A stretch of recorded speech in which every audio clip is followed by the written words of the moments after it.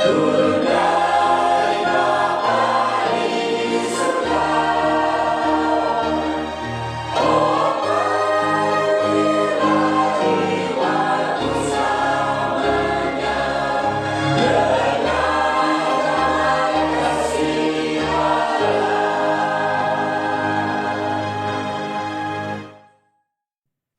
malam dan selamat bertemu kembali dalam Renungan Malam God's Amazing Grace atau Kasih Karunia Allah yang mengagumkan oleh Ellen G. White tanggal 24 Maret 2026.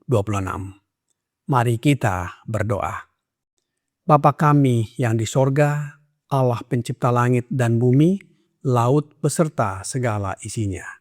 Satu-satunya Allah yang benar, yang kami sembah selalu melalui anak-Mu, Yesus Kristus.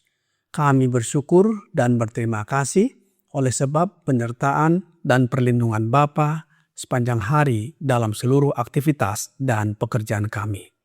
Pada malam ini, kami akan mendengarkan firman-Mu. Mohon karuniakan Roh Yesus Kristus dalam hati kami, menuntun dan mengajari kami agar dapat mengerti dan menghidupkan firman yang kami pelajari dan dengarkan. Besertalah dengan kami sepanjang malam ini, ya Bapa. Kami persembahkan doa ini di dalam nama Yesus yang adalah Tuhan dan Juru Selamat kami. Amin. Renungan malam ini akan dibacakan oleh Bapak Jansen Siregar. Kepada Bapak Jansen, kami persilahkan. Renungan malam tanggal 24 Maret tahun 2026 berjudul Datang dengan penuh hormat. Ayat inti tertulis dalam Ibrani 12 ayat 28. Bunyinya demikian. Marilah kita mengucap syukur dan beribadah kepada Allah menurut cara yang berkenan kepadanya dengan hormat dan takut. Kita harus memiliki pengetahuan yang benar tentang bagaimana datang kepada Allah dengan rasa hormat dan takut serta dengan kasih yang tulus. Semakin hari, semakin berkurang rasa hormat kepada pencipta kita. Semakin besar ketidakpedulian terhadap kebesaran dan keagungannya. Namun Allah sedang berbicara kepada kita pada hari-hari terakhir ini. Kita mendengar suaranya dalam badai, dalam gemuruh guntur. Kita mendengar tentang bencana yang Ia izinkan terjadi. Gempa bumi, luapan air, dan unsur-unsur alam yang menghancurkan segala sesuatu di hadapannya. Di masa berbahaya ini, mereka yang mengaku sebagai umat yang menuruti perintah Allah harus berhati-hati agar tidak kehilangan roh hormat dan takut. Kitab suci mengajarkan manusia bagaimana mendekati penciptanya dengan kerendahan hati dan rasa kagum melalui iman kepada pengantara ilahi. Hendaklah manusia datang dengan berlutut sebagai penerima kasih karunia, seorang pemohon di kaki tahta kemurahan. Dengan demikian ia menyatakan bahwa seluruh jiwa, tubuh, dan roh berada dalam ketundukan kepada penciptanya. Baik dalam ibadah maupun pribadi, adalah kewajiban kita untuk berlutut di hadapan Allah ketika kita mempersembahkan doa kepadanya. Yesus teladan kita, berlutut dan berdoa. Tentang murid-muridnya juga dicatat bahwa mereka berlutut dan berdoa. Stefanus berlutut. Paulus menyatakan, "Aku sujud kepada Bapa yang daripadanya semua turunan yang di dalam surga dan di atas bumi menerima namanya." Efesus 3 ayat 14. Dalam pengakuannya di hadapan Allah atas dosa-dosa Israel, Ezra berlutut. Daniel berlutut 3 kali sehari, berdoa serta memuji Allahnya. Daniel 6 ayat 11. Dan undangan pemazmur berbunyi, "Masuklah, marilah kita sujud menyembah, berlutut di hadapan Tuhan yang menjadikan kita." Mazmur 95 ayat 6. Apakah yang dimintakan daripadamu oleh Tuhan Allahmu selain dari takut akan Tuhan Allahmu? Hidup menurut segala jalan yang ditunjukkannya, mengasihi Dia, beribadah kepada Tuhan Allahmu dengan segenap hatimu dan dengan segenap jiwamu. Ulangan 10 ayat 12. Mata Tuhan tertuju kepada mereka yang takut akan Dia, kepada mereka yang berharap akan kasih setia-Nya. Mazmur 33 ayat 18. Ganjaran kerendahan hati dan takut akan Tuhan adalah kekayaan, kehormatan, dan kehidupan. Amsal 22 ayat 4. Demikianlah bacaan renungan malam kita pada saat ini. Tuhan Yesus memberkati. Terima kasih atas penata layanan Bapak Yansen. Tuhan Yesus memberkati. Saudara-saudari dalam Yesus Kristus, pekabaran renungan malam ini adalah mengenai sikap hati kita saat datang kepada Allah, baik melalui ibadah, doa, dan pelayanan dalam pekerjaannya. Ibadah, doa, dan pelayanan bukan sekedar kebiasaan, tetapi perjumpaan dengan pencipta kita yang layak dihormati dan disembah. Bagaimana sikap hati kita saat datang kepada Allah? Ayat inti renungan malam ini di dalam Ibrani 12 ayat 28 berkata, "Marilah kita mengucap syukur dan beribadah kepada Allah menurut cara yang berkenan kepadanya dengan hormat dan takut." Menghormati Allah bukan hanya soal sikap luar, tetapi hati yang menyadari siapa Dia. Saat kita mengenal kebesarannya, secara alami kita datang dengan hormat dan kasih. Di zaman ini, banyak orang melupakan Allah. Rasa hormat digantikan dengan sikap biasa saja. Ini menjadi peringatan bagi kita agar tidak ikut terbawa arus.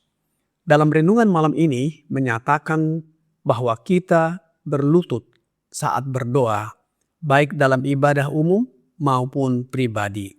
Sikap seperti ini yang dianjurkan sebagai bentuk penghormatan kepada Allah. Hal ini dicontohkan oleh Yesus dan banyak tokoh Alkitab seperti para murid, Stefanus, Paulus, Ezra, dan Daniel, serta juga diajak oleh pemazmur sebagai sikap menyembah Allah. Beberapa orang dengan strict dan mengatakan bahwa apabila berdoa dan menyembah harus berlutut. Apakah demikian? Roh Nubuat di dalam Selected Messages buku kedua halaman 316 paragraf 4 berkata, "Tidak selalu perlu berlutut untuk berdoa. Biasakanlah berbicara dengan juru selamat ketika engkau sendirian, ketika berjalan, dan ketika sibuk dengan pekerjaan sehari-hari." Doa adalah nafas hidup bagi kita. Apapun pekerjaan dan aktivitas kita sehari-hari, kita dapat menyampaikan permohonan dan berbicara dengan Yesus. Oleh sebab itu, kita harus memiliki pengetahuan yang benar tentang bagaimana datang kepada Allah.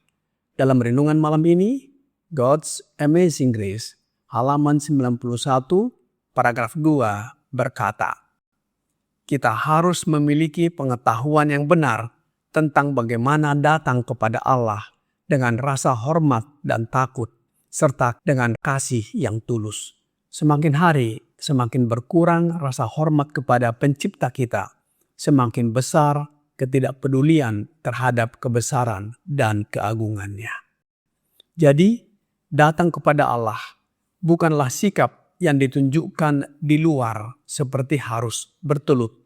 Namun, dengan rasa hormat dan takut akan Allah, disertai kasih yang sungguh-sungguh yang berasal dari hati kita. Bagaimana seharusnya sikap kita datang kepada Allah? Roh Nubuat di dalam Steps to Christ, halaman 103, paragraf 2 berkata, Allah kita adalah Bapa yang lembut dan penuh belas kasihan. Pelayanan kepadanya tidak seharusnya dipandang sebagai suatu latihan yang menyedihkan dan memberatkan hati. Menyembah Tuhan dan mengambil bagian dalam pekerjaannya seharusnya menjadi suatu kesukaan. Allah tidak menghendaki anak-anaknya yang baginya telah disediakan keselamatan yang begitu besar bertindak seolah-olah ia adalah Tuhan yang keras dan menuntut. Ia adalah sahabat terbaik mereka, dan ketika mereka menyembahnya, ia ingin hadir bersama mereka, memberkati dan menghibur mereka, memenuhi hati mereka dengan sukacita dan kasih. Allah menginginkan kita, anak-anaknya, menemukan penghiburan dalam pelayanan kepadanya dan merasakan lebih banyak kesenangan daripada kesulitan dalam pekerjaannya.